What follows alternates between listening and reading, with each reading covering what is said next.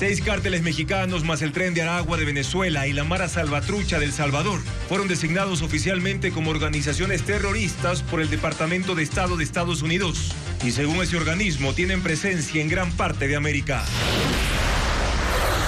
El desbordamiento de 2 ríos en Manabí dañó cultivos e inundó un centro de salud en Portoviejo, mientras en Azuay colapsó un segundo tramo de la vía Cuenca-Girón Pasaje. La Asamblea, liderada por el correísmo, ha retrasado durante 2 meses la reforma constitucional propuesta por el presidente Noboa para permitir la operación de bases militares extranjeras. Claudia Salgado, José Luis Terán y Jorge Benavides obtuvieron las más altas calificaciones para convertirse en los nuevos jueces de la Corte Constitucional. El ISPOL recuperó $31 millones que Jorge Cherres desvió de los fondos policiales mediante cuentas en Estados Unidos y Guatemala. Televistazo presenta algunos de los incentivos tributarios y financieros que contiene la Ley de Impulso a Mujeres Emprendedoras que anoche aprobó la Asamblea Nacional. La miopía se convirtió en un problema de salud para el país porque 8 de cada 10 pacientes oftalmológicos la tiene. Los sorbetes plásticos desaparecerán de restaurantes, bares y otros negocios porque el COMEX prohíbe su importación, complementando la ley que ya impedía fabricarlos. Los 16 militares procesados por la desaparición forzosa de los 4 niños de las Malvinas continuarán detenidos. Así lo decidió la Sala de lo Penal de la Corte Provincial de Justicia del Guayas, que esta mañana ratificó la prisión preventiva. Tras intensas presiones desde Estados Unidos, el presidente de Ucrania, Volodymyr Zelensky, aceptó negociar un acuerdo de seguridad con ese país y dijo que hay que garantizar la paz con Rusia. Televistazo explica por qué a Donald Trump le interesa retomar el control en el Canal de Panamá y cómo eso favorece su visión geoestratégica. Liga Deportiva Universitaria recupera a Alex Arce y Barcelona compraría a Joaquín Valiente para la segunda fecha del torneo local. ¿Qué tal, amigos? Muy buenas noches, bienvenidos a Televistazo Estelar. Estados Unidos designó oficialmente como organizaciones terroristas extranjeras globales a 6 cárteles de narcotráfico mexicano, a la Mara Salvatrucha de El Salvador y al Tren de Aragua de Venezuela también. Según el Departamento de Estado de ese país, al menos 2 de esos grupos tienen presencia en Ecuador, lo informa Bessie Granja. El Departamento de Estado de Estados Unidos designó a 8 grupos criminales de México, El Salvador y Venezuela como organizaciones terroristas extranjeras y también como terroristas globales especialmente designados. La información fue publicada por el organismo en su página web oficial. Según el Departamento de Estado, el Tren de Aragua es una organización transnacional originaria de Venezuela con células en Colombia, Perú y Chile y con informes de presencia esporádica en Ecuador, Bolivia y Brasil.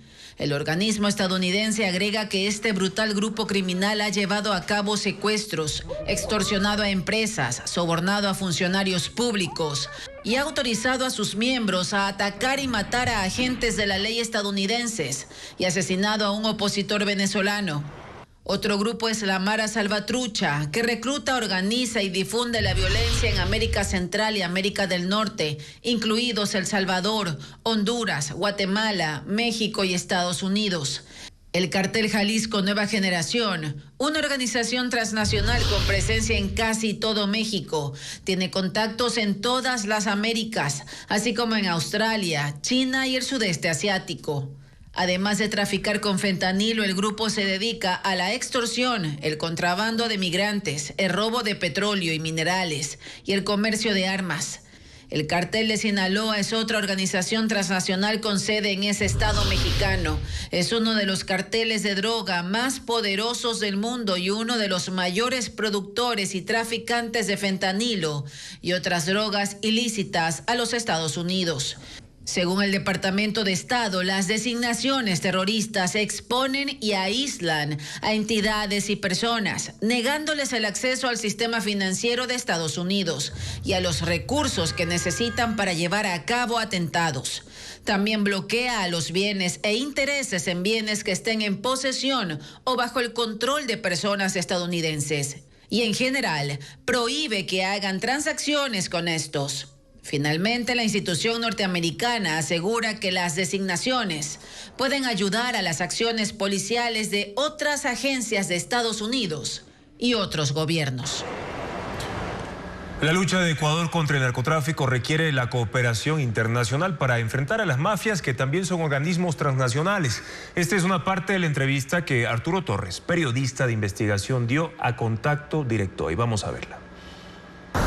No es que sean lo mismo, pero el narcotráfico bien podría compararse con la pandemia, o al menos con las consecuencias de enfrentar un virus poderoso y a veces letal. Que aprovecha un organismo debilitado como el Estado ecuatoriano después de la pandemia y es difícil enfrentar un crimen organizado que además, como es un virus, va mutando y se va adaptando rápidamente a las circunstancias y el Estado no tiene esa capacidad. Arturo Torres es periodista de investigación y además experto en temas de seguridad. Al poner en perspectiva la realidad ecuatoriana, de lo primero que habla es de la falta de cooperación interna. No solamente debe competir al gobierno, sino a los gobiernos locales, a otras entidades públicas, pero también externa. Porque son holdings internacionales no solamente dedicados al narcotráfico, sino a la minería ilegal, a la trata de personas, que ahora mismo está causando ya víctimas colaterales como niños. Y aunque no niega la violencia imperante, también menciona cifras que hablan de que la lucha contra el narcotráfico sí está arrojando algunos resultados. Por ejemplo, el Ecuador acaba de ser sacado de la lista negra de países que desde origen enviaban más cocaína hacia países europeos. Hablemos de que el año pasado se incautaron 294 toneladas de cocaína. Eso significa cerca de 6.000 millones de dólares. También hay que correlacionar con lo que se dejó de incautar, por ejemplo, en Europa, que es el principal destino de la cocaína ecuatoriana, donde se redujo de 120 toneladas en 2023 a más o menos 40 toneladas el año pasado. Más o menos 80 toneladas dejaron de llegar a los puertos europeos y eso significa pérdidas de más de 2.000 millones de dólares, según calcula. Un negocio millonario que tiene un sistema evidente para penetrar en una sociedad. Es la corrupción. Y contra eso, asegura, aún hace falta articular medidas, tal vez junto a otros países, porque el narcotráfico no solamente es un problema ecuatoriano, sino mundial.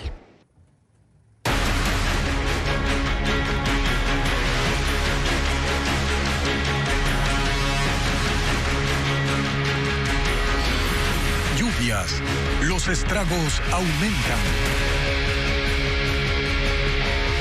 Esta tarde se habilitó el paso en el kilómetro 66 de la vía Cuenca-Girón Pasaje tras los trabajos de relleno del socavón que se formó esta madrugada. Sin embargo, la situación sigue crítica en el kilómetro 22, donde la carretera prácticamente se partió. Esa ruta es clave para el comercio entre Azuay y El Oro, pero ya se han identificado 51 puntos críticos. Veamos más sobre las medidas implementadas en este caso. Esta madrugada, otro tramo de la vía Cuenca-Girón Pasaje colapsó, esta vez en el kilómetro 66, en el sector del ramal. La capa superior de la carretera perdió estabilidad y se derrumbó. Ese tramo arrastra problemas desde hace 2 meses y las intensas lluvias que afectan al austro terminaron por hundirlo. Durante la mañana, 2 retroexcavadoras rellenaron el área afectada y cerca de la 1 de la tarde se habilitó el paso en un carril, mientras que en el kilómetro 22, el sector Victoria del Portete, la situación es más crítica. La carretera perdió 8 metros de ancho. El colapso de un reservorio cercano provocó la acumulación de agua y lodo junto a la carretera, lo que terminó de debilitar el terreno. Aquí también llegó una retroexcavadora para limpiar el área e iniciar trabajos provisionales de relleno con rocas, con el objetivo de habilitar el paso antes del viernes 28 de febrero, previo al feriado de carnaval. La vía Cuenca-Girón Pasaje de 123 kilómetros es clave para el intercambio comercial entre Azuay y El Oro. Desde el austro se transportan hortalizas, frutas y lácteos, mientras que desde El Oro llegan mariscos y plátano. En todo el trayecto se han identificado 51 puntos críticos que requieren intervención urgente.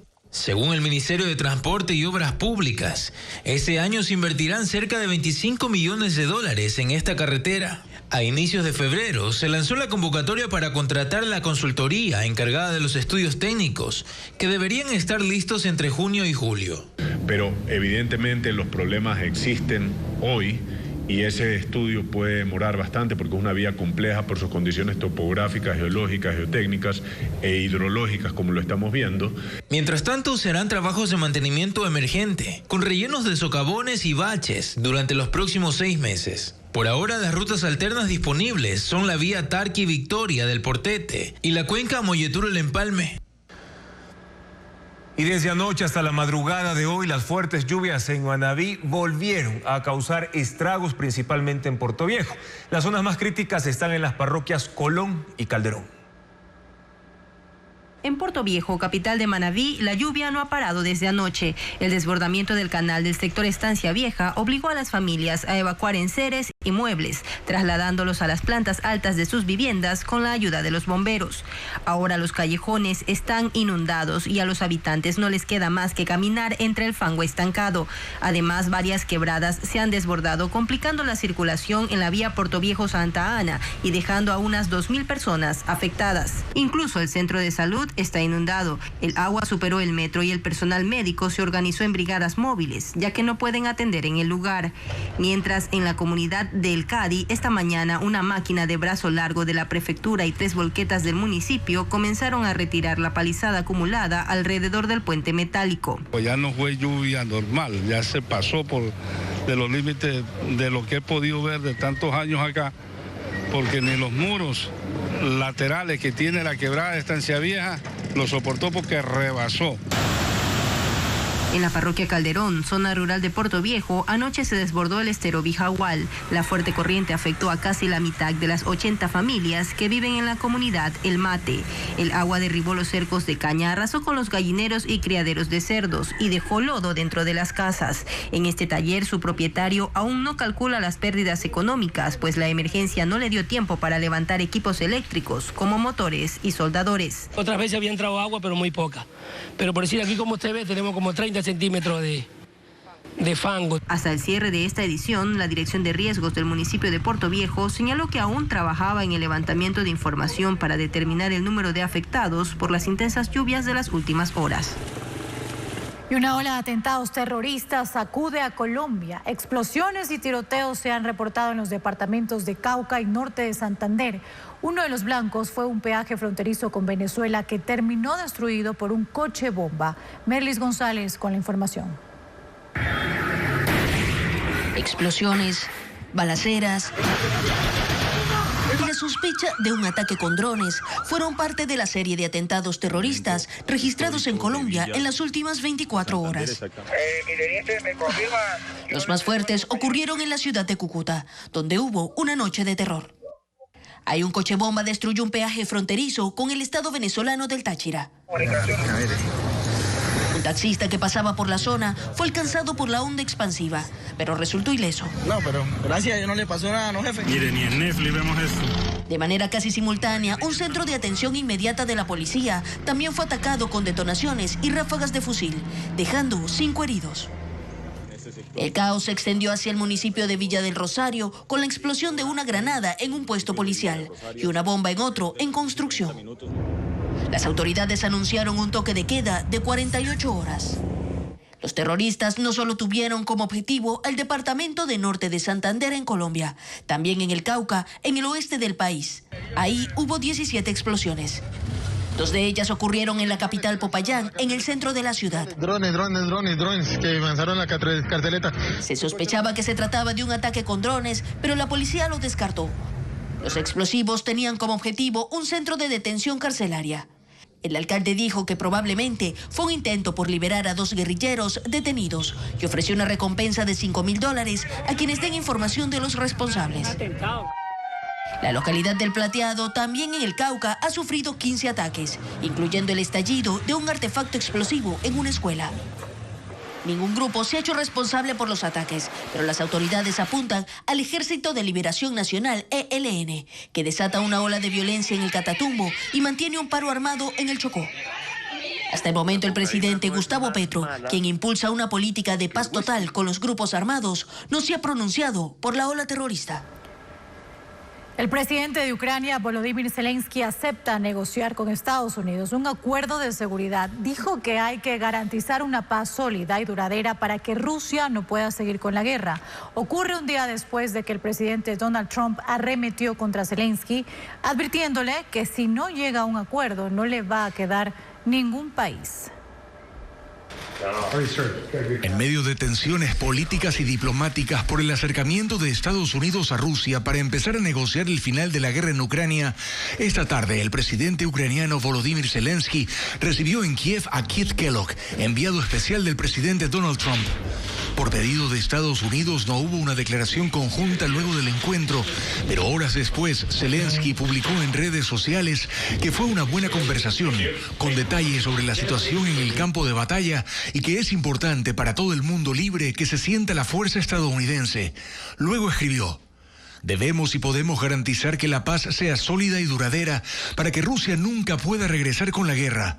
Ucrania está dispuesta a alcanzar un acuerdo sólido y eficaz en materia de inversiones y seguridad con el presidente de los Estados Unidos.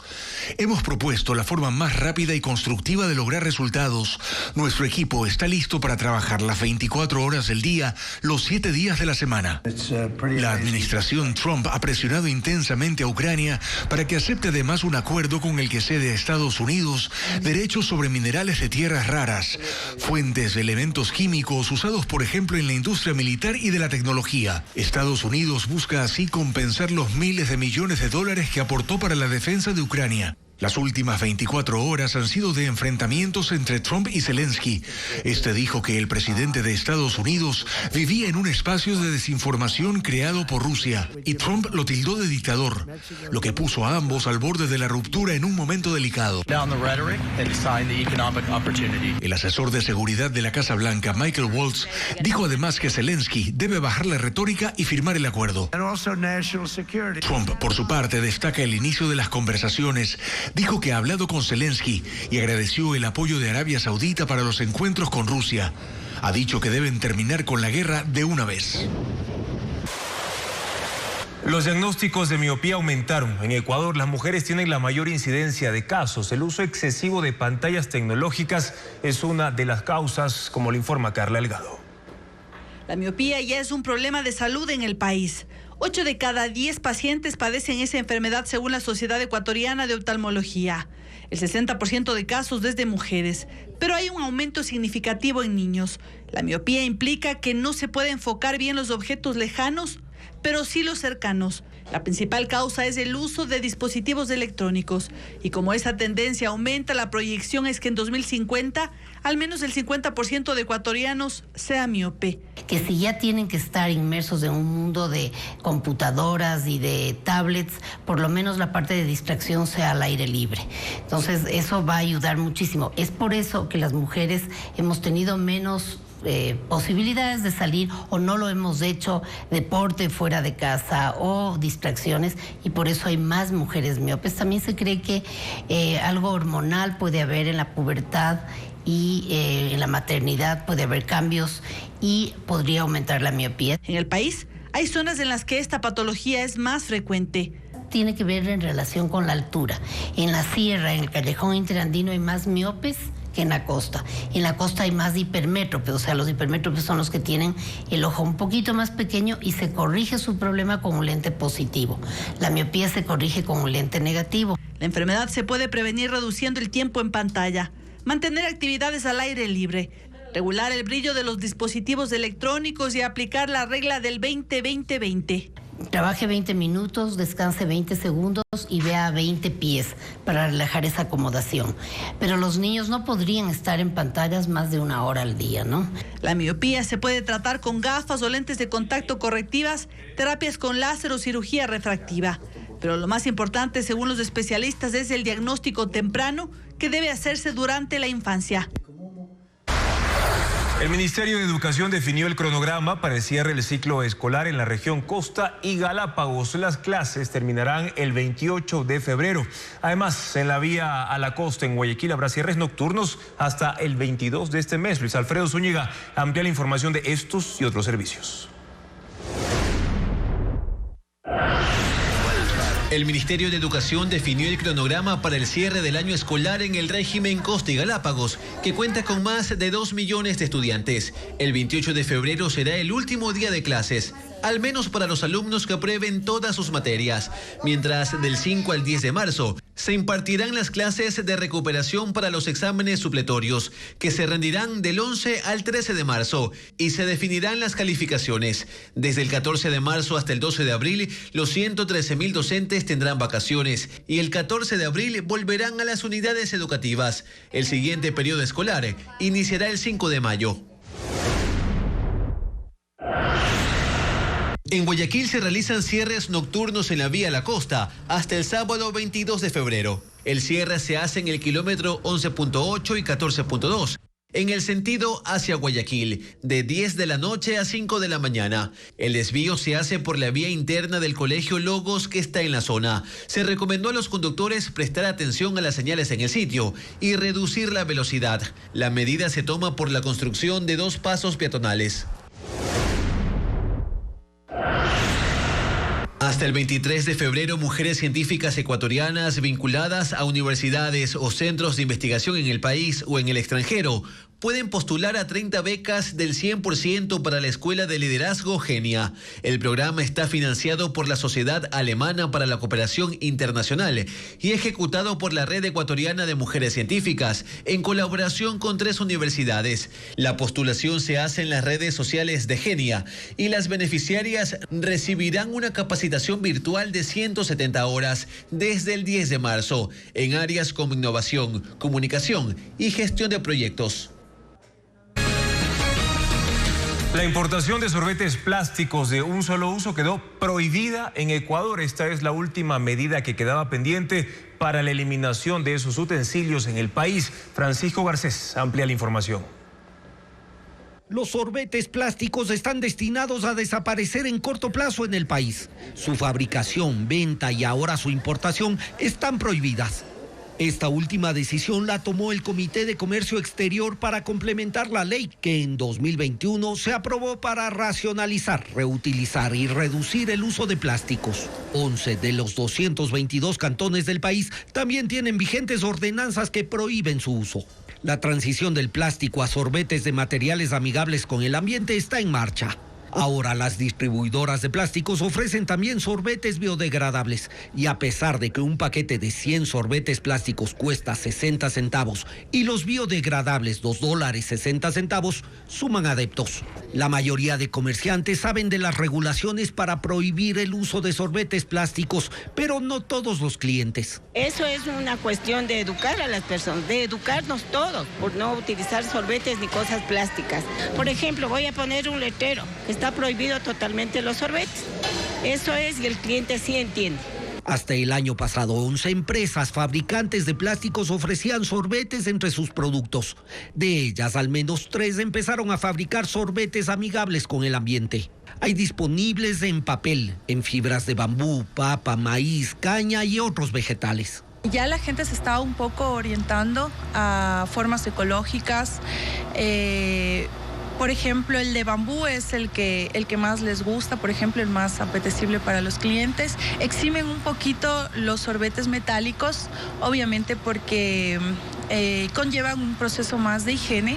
La ley para reducir el consumo de plásticos contempla plazos para introducir materiales biodegradables que los reemplacen, que están en curso. La papa nativa de Tungurahua es un tesoro andino de 1000 colores y sabores bajo amenaza de desaparecer. Sin embargo, en esa provincia los agricultores se han unido para darle un valor agregado y convertirla en snack. Conozcamos más de esta iniciativa.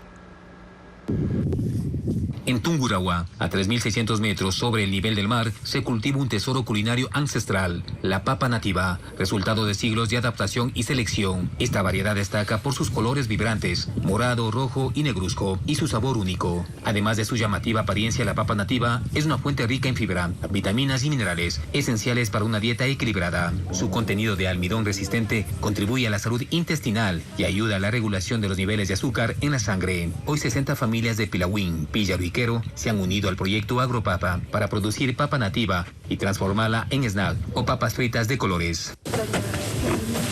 Todo comienza con la selección cuidadosa de la semilla, que siembran en enero y septiembre. Este proceso se realiza sin el uso de químicos, preservando la pureza y calidad del cultivo. Las papas seleccionadas llegan a una planta de procesamiento en la parroquia rural Montalvo, en Ambato. Allí las papas son peladas, picadas y transformadas en crujientes hojuelas, finalizando con el empaquetado manual y el sellado de las fundas en presentaciones de 40 y 100 gramos. Sabor a orégano natural, sal y ají que están ya a disposición del consumidor. Entonces, al momento estamos haciendo la entrega o comercialización directa desde la asociación. Cada mes se produce aproximadamente 5.000 fundas de papas fritas que se distribuyen en ferias libres y puntos de venta en Quito y Riobamba. Valor de $1 o $1.25, la de 100 gramos y la de 40 gramos en un costo de 50 centavos a 75 centavos. En Tungurahua se cultiva alrededor de 4.000 hectáreas de papa al año, de las cuales 40 corresponden a papas nativas, manteniendo viva a esta tradición agrícola y aportando valor a la economía local. El grupo Hamas entregó los restos de 4 rehenes israelíes a la Cruz Roja, entre ellos 2 niños de 9 meses y 4 años. Fue el primer intercambio de restos mortales desde que se acordó el alto al fuego con una ceremonia televisada en el sur de Gaza. En un escenario montado por el grupo Hamas, en la ciudad de Han Yunis, hombres armados descubren 4 ataúdes detrás de una cortina. Estos féretros estaban etiquetados con las fotos de los rehenes, Shiri Vivas y sus 2 hijos, Ariel y Fir, y de Oded Lishifts. Junto a cada imagen escribieron: día de arresto 7 de octubre de 2023. Fir era el cautivo más joven. Tenía 9 meses cuando fue secuestrado con el resto de su familia. Hamas dijo que tanto la madre como sus hijos murieron en un ataque aéreo israelí a principios de la guerra. Pero no especificaron las circunstancias del deceso de Oded Lishift, que tenía 83 años cuando fue secuestrado. En el escenario había una gran lona con propaganda culpando a Israel por sus muertes. Los vehículos de la Cruz Roja llegaron para recoger los cuerpos, que luego fueron entregados a los soldados para trasladarlos de nuevo a Israel, donde las autoridades llevarán a cabo la identificación formal de los restos, proceso que se espera que dure hasta 2 días. Solo entonces se dará a las familias la notificación final. Mientras que en Tel Aviv, en la denominada Plaza de los Rehenes, los israelíes se reunieron para ver la entrega de los cuerpos en una pantalla gigante, que además mostró una recopilación de fotos de los fallecidos.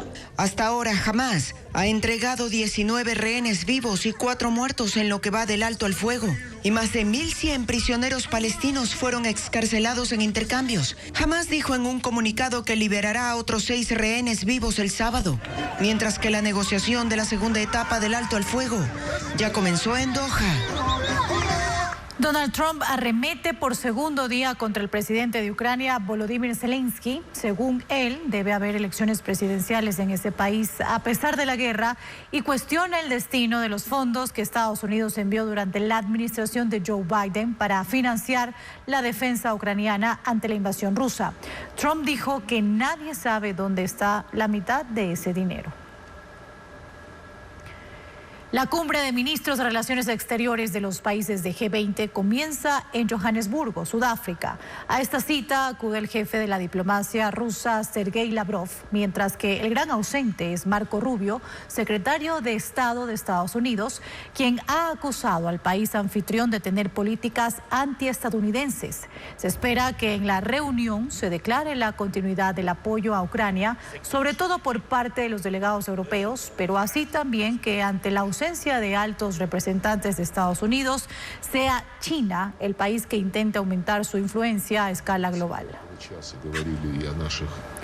La temperatura descendió en el este de Estados Unidos, provocando nevadas masivas, afectando a más de 100 millones de personas. Nieve y lluvias heladas han causado estragos en comunidades y en las carreteras. Las imágenes con Ileana Suárez. Una ola de frío ártico afecta con fuerza el este de los Estados Unidos. Las grandes nevadas y las lluvias heladas golpean en los valles de Tennessee, Ohio, Virginia y Carolina del Norte y han provocado estragos en las carreteras, la suspensión de 5.600 vuelos y el cierre de escuelas. En el estado de Virginia se han reportado 275 siniestros con vehículos chocados o que se salieron de la vía por el hielo en el asfalto. Otros 16 accidentes de tránsito ocurrieron en Carolina del Norte, Las autoridades en esos estados instaron a la gente a no conducir, así que muchos están dentro de sus casas esperando que pase el temporal. Además, en un barrio del sur de Detroit, estado de Michigan, cientos de personas están atrapadas en sus hogares después de que se rompiera una enorme tubería de agua. Esto, sumado a las bajas temperaturas, produjo el congelamiento de las calles. Muchos vecinos se encontraron con sus vehículos atascados, así como sus sótanos llenos de hielo. Los equipos de emergencia cortaron el fluido del agua y tomará 2 semanas reparar la tubería, mientras las autoridades locales trabajan con los damnificados. A pesar de las condiciones extremas, el pronóstico indica que el clima se volverá menos frío durante el fin de semana, sobre todo en el sur del país. La oficina de prensa del Vaticano actualizó esta mañana la información sobre la salud del Papa Francisco, indicando que hay una ligera mejoría, que pasó la noche tranquilo y que se levantó de la cama para desayunar sentado en un sillón. Los exámenes de sangre reflejan que los índices inflamatorios también han disminuido. El pontífice permanece internado en el Hospital Gemelli de Roma, donde recibe tratamiento por un cuadro de neumonía.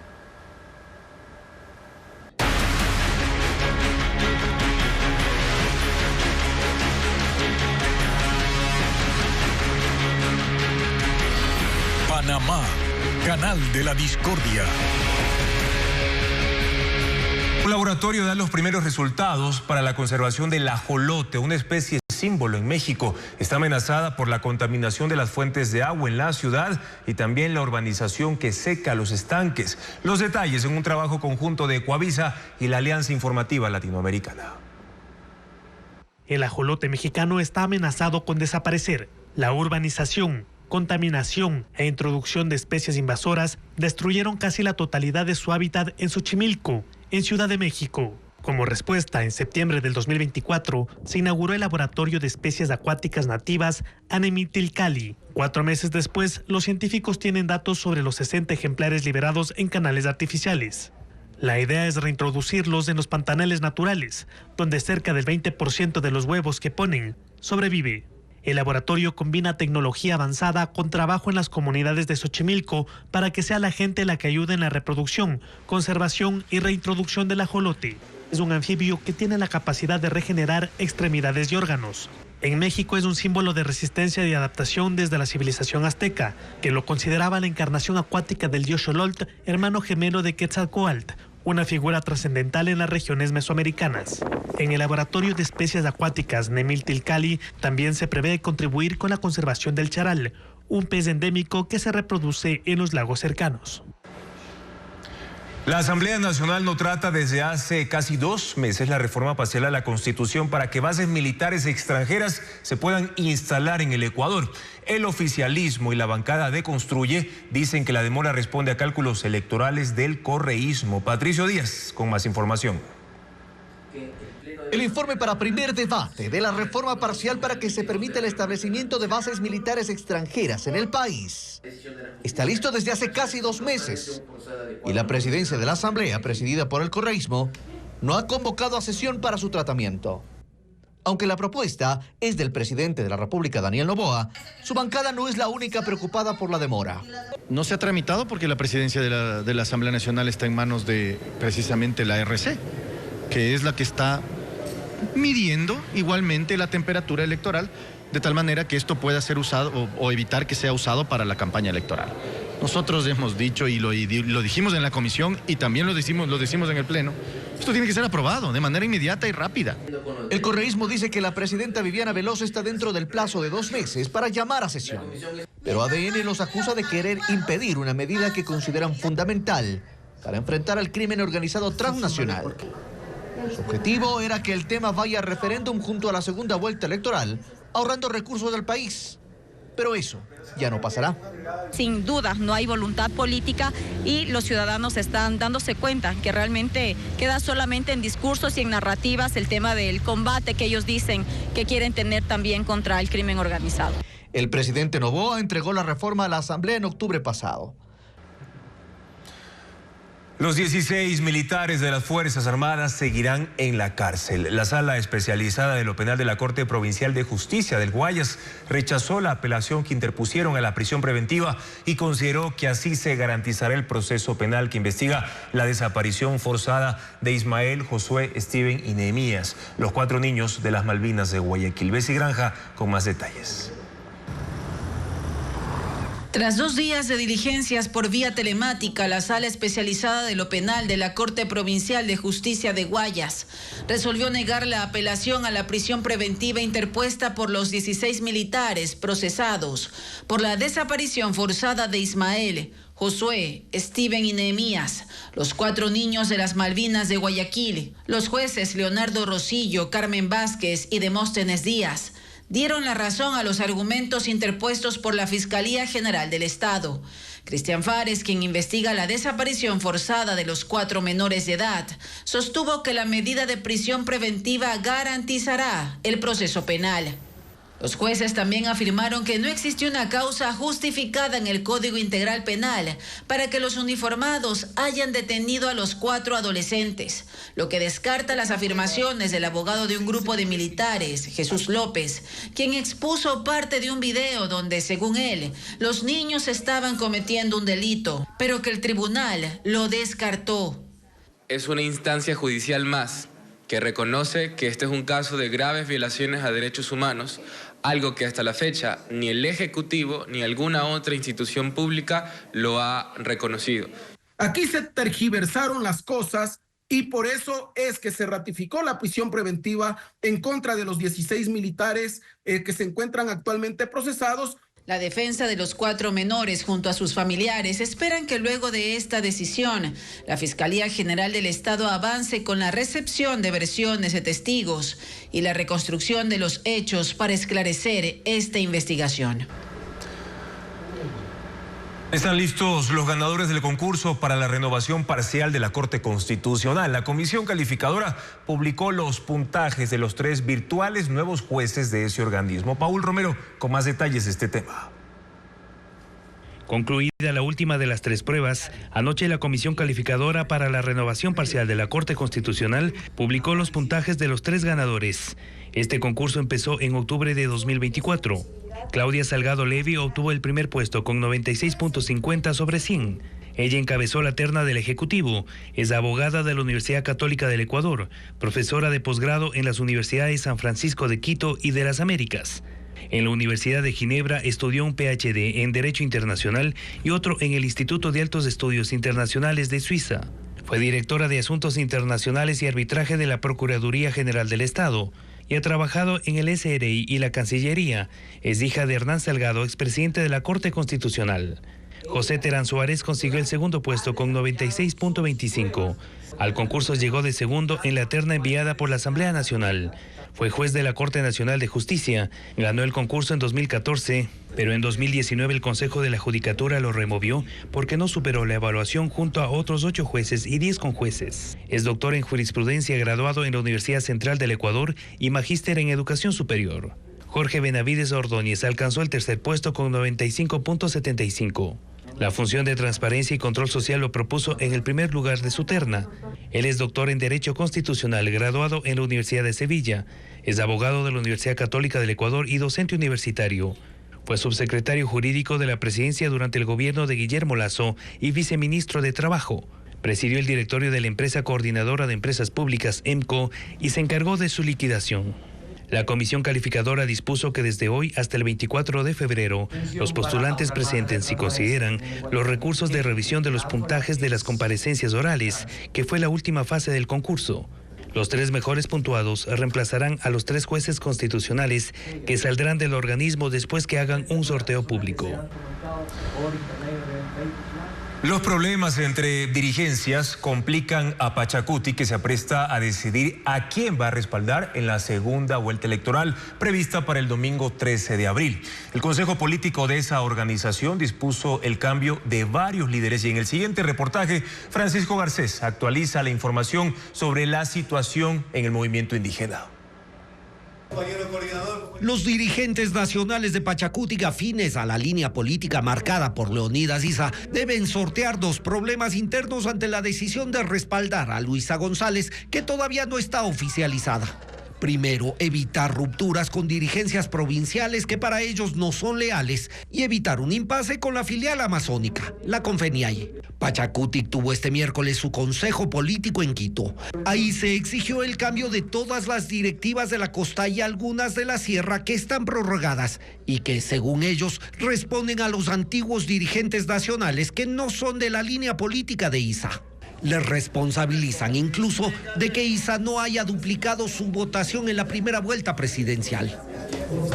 Un abrazo. ¿Cómo le va? El segundo problema en Pachacutic es la posición de su filial amazónica Confeniaye, cuyos principales dirigentes no participaron en el consejo político. El presidente de esa región, José Esach, convocó a un consejo ampliado el 1 de marzo. Lo hizo mientras en Quito el consejo de Pachacutic analizaba la situación electoral. En la Amazonía no todos los dirigentes son de la línea de Issa. Está descartado que impulsen el voto nulo, pero se discutirá también la posición de una facción que respalda a Noboa. Para la Confeniaye, mostrar su autonomía es fundamental porque aspira a tener la presidencia de la CONAIE en julio. Eso les correspondía hasta que la actual directiva de la CONAIE, presidida por Issa, aprobó una reforma al estatuto que le permite reelegirse. Esto no es bien visto en la Amazonía. Pachacutic debe encarar estos dos problemas antes de oficializar lo que hará en la segunda vuelta. Esta decisión será anunciada el 7 de marzo en la Asamblea Ampliada en Quito. Las mujeres emprendedoras tendrán acceso a créditos, capacitación, incentivos tributarios y también gozarán de preferencias para ser proveedoras del Estado. Estos beneficios se incluyen en la ley para impulsar la economía de las emprendedoras que aprobó la Asamblea Nacional. Patricio Díaz entrega detalles de esta norma. La ley de mujeres emprendedoras se aprobó en la Asamblea a la tarde de este miércoles, casi de forma unánime, con 110 votos. La norma establece beneficios financieros, tributarios, de preferencias en contratación y también becas. Entre los financieros, dispone la creación de líneas de crédito preferenciales con periodos de gracia, tasa de interés reducida y plazos flexibles. En el sector agrícola tendrán acceso a capital semilla para sus proyectos. El historial crediticio de mujeres emprendedoras que adeuden al sistema financiero menos de $3,000 será eliminado. En una disposición transitoria se dispone a estas instituciones públicas y privadas que establezcan programas de diferimiento de obligaciones financieras durante 6 meses, sin cobrar intereses moratorios, gastos, recargos y multas. El SRI debe generar incentivos tributarios como la exención del pago del impuesto a la renta en los productos, bienes o servicios que produzcan o comercialicen. Una de las intenciones de la ley es también la formalización de las mujeres emprendedoras. Se ordena simplificar los trámites en las instituciones estatales, incluidos municipios, y exonerarlas del pago de tasas administrativas relacionadas con el inicio y gestión de sus emprendimientos. El Servicio de Contratación Pública, SERCOP, establecerá facilidades para que mujeres emprendedoras puedan participar y convertirse en proveedoras del Estado. Deberá crear también mecanismos de preferencias para contratistas del Estado que tengan como proveedoras o subcontratistas a madres solteras o divorciadas con hijos menores de 18 años. La ley establece también becas y capacitaciones gratuitas para potenciar sus emprendimientos. El proyecto fue enviado por el presidente de la República como económico urgente. Ahora vuelve a sus manos para que, si tiene observaciones, lo devuelva a la Asamblea. De lo contrario, disponga que entre en vigencia.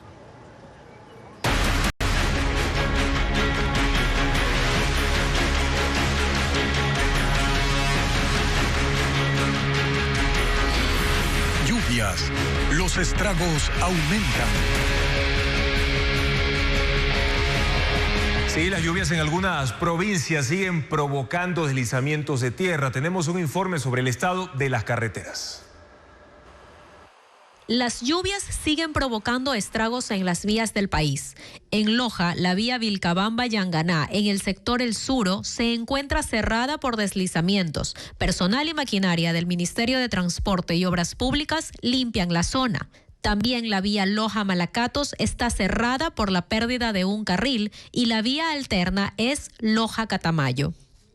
La vía Y de Lumbaqui en la provincia de Sucumbíos está cerrada por la instalación de un puente tipo Bailey. La circulación se suspenderá desde este jueves hasta el domingo 2 de marzo. En Manabí, la vía Pedernales-Cojimíes está habilitada parcialmente por el colapso de una tubería.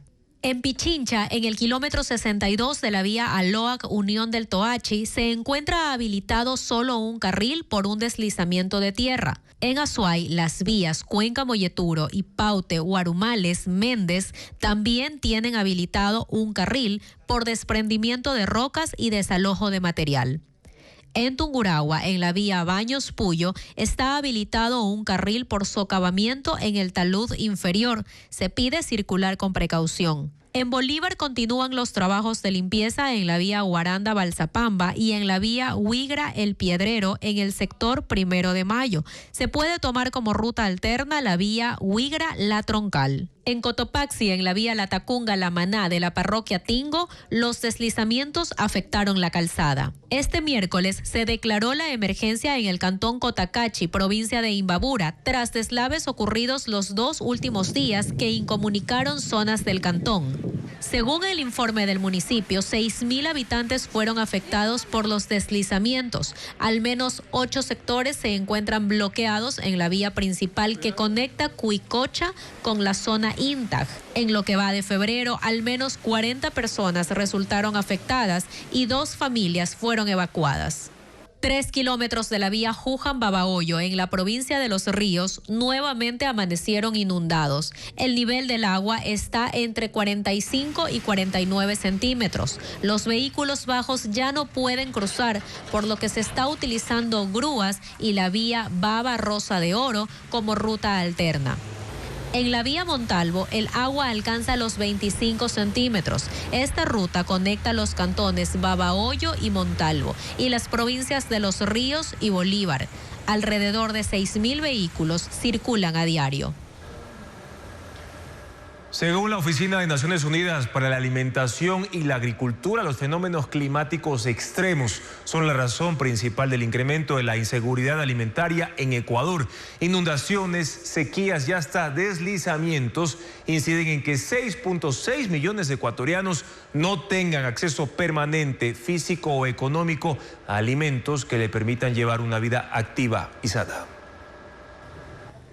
Los fenómenos climáticos extremos fueron el impulsor más significativo de la inseguridad alimentaria en la región y Ecuador no fue la excepción. Así lo señala el Informe Mundial sobre la Crisis Alimentaria que elaboró la Organización de Naciones Unidas para la Alimentación y la Agricultura, más conocida como FAO por sus siglas en inglés.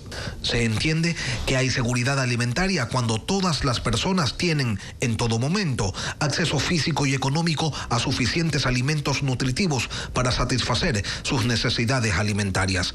Siendo los sistemas agrícolas la base de la seguridad alimentaria y la nutrición, en Ecuador las inundaciones, las sequías y los deslizamientos de tierra son algunos de los factores que las agravan. Según la FAO, en Ecuador la inseguridad alimentaria se duplicó. Un 36.9% de la población está en esas condiciones, 6.6 millones de personas. Para tener una referencia, en Chile el porcentaje es de 17.6%, en Perú del 51.7% de sus poblaciones. Y si esto está motivado en una altísima proporción por los fenómenos climáticos extremos, entonces se requiere de sistemas de alerta temprana, de una producción agrícola sostenible y resistente, de seguros agrícolas generalizados. Esto complementado con inversiones en infraestructura y planes de contingencia. Con ello, según la FAO, se minimizarían las afectaciones en la cadena alimentaria cada vez más susceptible a un clima que ya no cabe en los patrones. El municipio de Guayaquil no ha entregado el control de las cámaras de vigilancia al ECU 911 pese al decreto ejecutivo que lo ordena y que ya entró en vigencia en septiembre del año pasado. Desde la orilla municipal aseguran que el ECU 911 no tiene capacidad para manejar ese sistema. Las cámaras de vigilancia son parte del paisaje de Guayaquil. Hay 44.030 cámaras si se cuentan todas, las que están en los postes, en los semáforos, en el transporte público y hasta en el uniforme de algunos funcionarios. Pero en septiembre anterior, el presidente Noboa firmó un decreto en el que dispone que los sistemas o plataformas orientadas a actividades vinculadas con la seguridad ciudadana, es decir, las cámaras, proporcionen acceso al Servicio Integrado de Seguridad ECU 911. Resumiendo, que sea el ECU 911 el que tenga el control. Lamentablemente no dicen que es el control. Van a tener que un control presupuestario, van a invertir dinero, porque nosotros hasta el internet para que puedan visualizar lo pagamos como Guayaquil. Uno, entonces control financiero no lo especifican, porque control no es solo mover una camarita, el control de las cosas es económico, es financiero, es presupuestario para inversiones. El ECU 911 también tiene cámaras en Guayaquil, pero el número es mucho menor. 500 cámaras. Según Cornejo, son cerca de 500 las cámaras que el ECU 911 tiene en la ciudad. Utilizan un software desarrollado en el 2011, ya incompatible con sistemas más modernos. Desde el municipio dicen que temen que lo de las llamadas se repita. Ellos, el municipio, atendían las llamadas de emergencia hasta septiembre. A partir de entonces lo hace el ECU 911. Llamábamos al ECU 911 cuando veíamos algo y nos pidieron de favor, María Cecilia, dejen de llamarnos porque estamos colapsando en el sistema. No tienen la capacidad de responder tampoco el teléfono. Por ahora las cámaras siguen operadas y controladas por el municipio. Así que cuando detectan algo a través de esas cámaras, levantan una ficha y se la pasan al ECU 911, para que sean ellos los que coordinen y envíen la ayuda lo más pronto posible. El operativo Espada reveló las estrategias utilizadas por grupos criminales en Puerto Bolívar, una de las zonas más peligrosas de Machala. Militares e infantes de Marina recorrieron los barrios 4 de abril y 5 de diciembre, donde descubrieron muelles clandestinos, pasadizos ocultos y un galpón utilizado como bodega de explosivos. Aunque no hubo detenidos, el despliegue permitió identificar puntos clave utilizados por las bandas para movilizarse y almacenar armamento. Por mar y tierra se realizó este jueves el operativo Espada en la parroquia Puerto Bolívar, considerada una de las zonas más peligrosas de Machala en la provincia de El Oro. 350 militares e infantes de Marina intervinieron en los barrios 4 de abril y 5 de diciembre, que están al filo del estero Guaylat, a 4 kilómetros de la terminal portuaria. Según inteligencia militar, estos sectores son puntos críticos donde operan los grupos de delincuencia organizada, los Lobos y su facción disidente, los Lobos Box. Normalmente hemos encontrado armamento, hemos encontrado explosivos, cápsulas iniciadoras, cordón detonante. Durante el operativo, los uniformados descubrieron muelles conectados mediante pasadizos a la parte posterior de al menos 10 viviendas. Estos accesos serían utilizados como rutas de escape y para el traslado de cargamentos ilegales. En las vías de acceso al barrio 4 de abril se detectaron reductores de velocidad instalados de forma clandestina cada 50 metros, una estrategia para entorpecer los patrullajes policiales y militares. Uno de los hallazgos más significativos fue un galpón que antes funcionaba como centro de acopio de pales de madera y ahora es usado como bodega de explosivos. Este sitio está al frente del barrio 5 de diciembre y apenas 300 metros del barrio 4 de abril. Mientras el operativo se desarrollaba, a medio kilómetro hubo detonaciones de explosivos afuera de un almacén y un parque. Y poco después un ataque a tiros en los exteriores de la cárcel de hombres de Machala.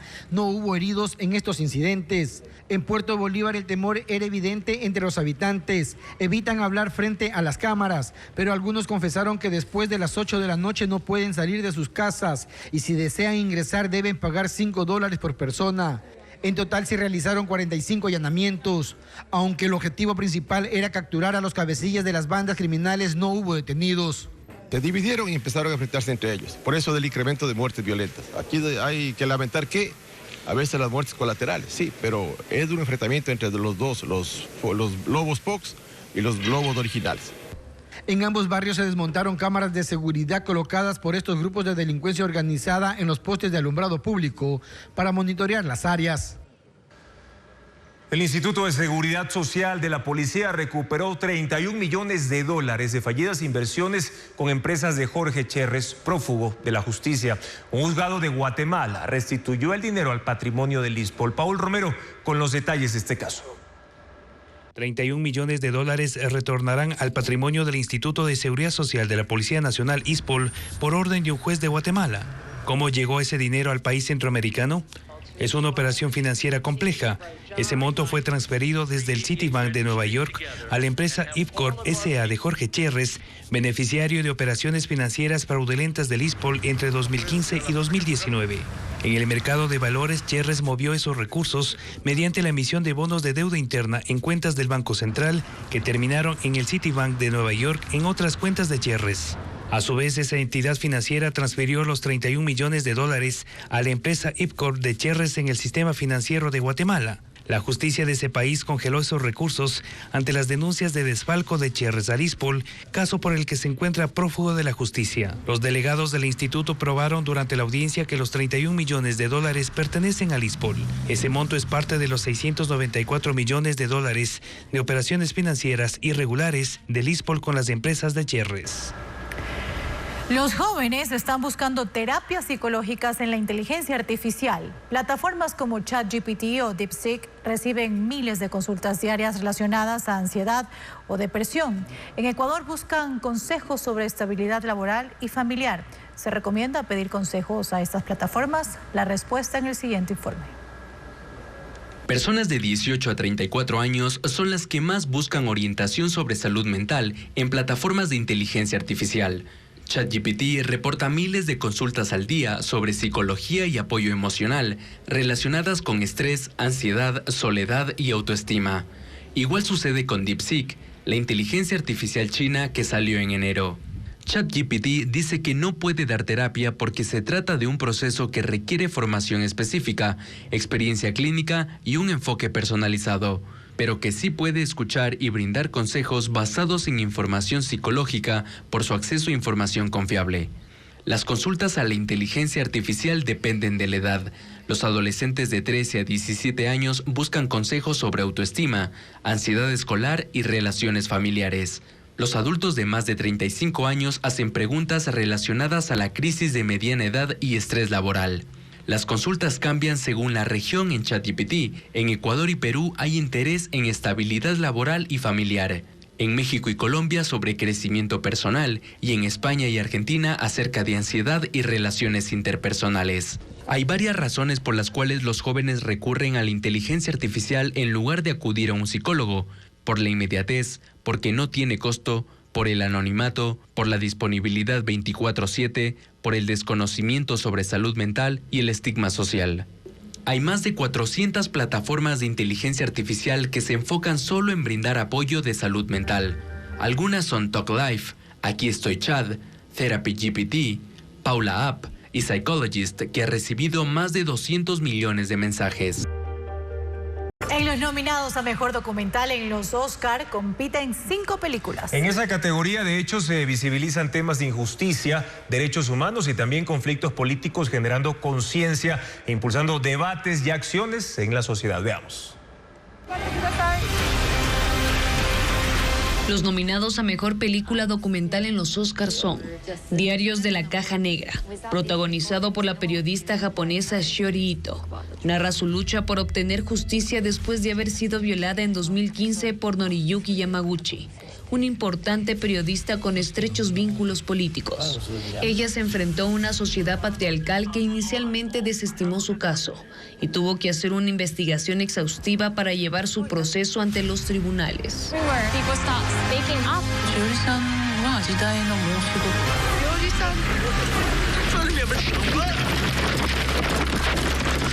No hay otra tierra. Es un documental sobre la resistencia de la comunidad palestina de Masafer Yatta, en Cisjordania, frente a las demoliciones y desalojos forzados por parte del ejército israelí. Con imágenes capturadas durante 5 años, resalta la colaboración entre activistas palestinos e israelíes en su lucha por la justicia.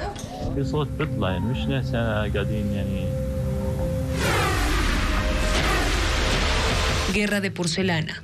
Narra la historia de 2 ceramistas y un pintor y cineasta, todos de Ucrania, que se quedan en su país para luchar contra la invasión rusa. La película muestra cómo encuentran belleza y resistencia en medio de la destrucción.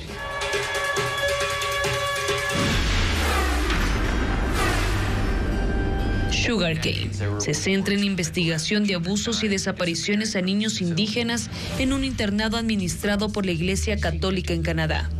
Allí el filme desató un escándalo nacional. Sus directores, Julian Brainoy-Scott y Emily Casey, combinan indagaciones judiciales y testimonios de sobrevivientes.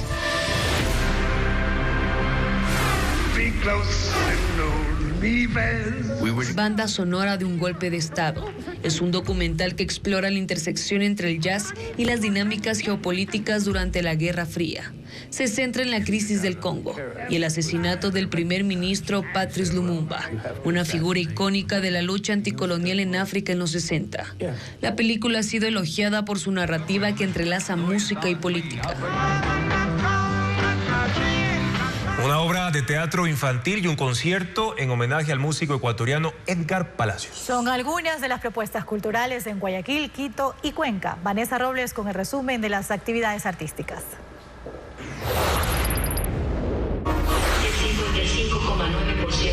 Testigos Modestos es la propuesta escénica que llega a Muégano Teatro en Guayaquil. La trama reflexiona sobre la realidad pasada, presente y futura del hombre mediante ventrílocuos en la tarima. La obra dura 1 hora y fue ganadora de los fondos concursables del Ministerio de Cultura en 2023. Y la única función será este 21 de febrero a las 7 de la noche. ¡Manzanas para la princesa! En el Teatro Patio de Comedias de Quito se presenta Pastillas para no soñar, una historia sobre el poder en un reino donde unos se dan la gran vida mientras otros pasan hambre. El rey tiene una princesa enjaulada que no puede reírse, pero uno de los personajes demostrará que el amor y la amistad pueden cambiarlo todo. Será el 21 y 22 de febrero a las 7 de la noche. La Orquesta Sinfónica de Cuenca ofrecerá un homenaje al compositor y trompetista lojano Edgar Palacios. Será este viernes 21 de febrero en el Teatro Pumapungo a las 8 de la noche. 18 canciones del repertorio nacional como Chola Cuencana, El Paisano y Panecillo Querido formarán parte del recital que durará 2 horas y será gratuito. A los 73 años falleció Wilson Manyoma, la voz del éxito salsero El Preso y ex vocalista de Fruco y sus Tesos. Además, después de 8 años de ausencia, el español Miguel Bosé regresa a los escenarios con una gira de conciertos. En el mundo en que yo vivo, siempre hay 4 esquinas, pero entre esquina y esquina siempre habrá lo mismo. Wilson Manyoma murió a los 73 años, días antes de su muerte, después de una caída en el baño. Le detectaron 2 coágulos en su cabeza. Logró fama mundial porque él fue la voz del preso. Ese tema nació de una historia real. Una carta escrita por un colombiano condenado por tráfico de drogas en Toronto. Pedro Capó lanzó el disco La Carretera, con 14 sencillos, entre ellos Sabe Bien, Existo y Aprender a Vivir, que reflejan su visión sobre la vida y su crecimiento personal. El músico fusiona folk, rock y ritmos latinos. En el álbum colabora Karim León y Jorge Drexler. Ángel Aguilar aparece con un nuevo look en el videoclip de Bala Perdida, que canta con el pianista estadounidense Arthur Hamlin. Dejó atrás las críticas por su matrimonio con Cristian Nodal, con quien se casó en julio de 2024. Ella y su papá rendirán hoy un homenaje a la fallecida Paquita, la del barrio, en la ceremonia de premios Lo Nuestro. Hace 8 años nada se sabía de Miguel Bosé. Ahora regresa con la gira Importante Tour 2025-2026, que arrancará el 27 de febrero en México e incluye España y Estados Unidos. Durante su ausencia superó la pérdida parcial de su voz en 2023, la ruptura sentimental de 26 años con su expareja, el escultor Nacho Palau, y la muerte de su madre, la actriz Lucía Bosé. El cantante español vendrá a América Latina, pero no ha anunciado fechas. Llegamos a la parte final de nuestra entrega informativa. Gracias por su sintonía y confianza de siempre, amigos. Mañana en Contacto Directo, Santiago Basabe, docente de la Universidad San Francisco de Quito, analizará los temas que ayudarán a que los electores se decidan en la segunda vuelta. Además, Israel Navarro, analista político mexicano, sobre la polémica creada por Estados Unidos y Canadá con la presidenta Claudia Sheinbaum por haber designado los cárteles mexicanos como terroristas. Sigan las noticias, amigos, a toda hora siempre. Información actualizada en ecuavisa.com. Buenas noches.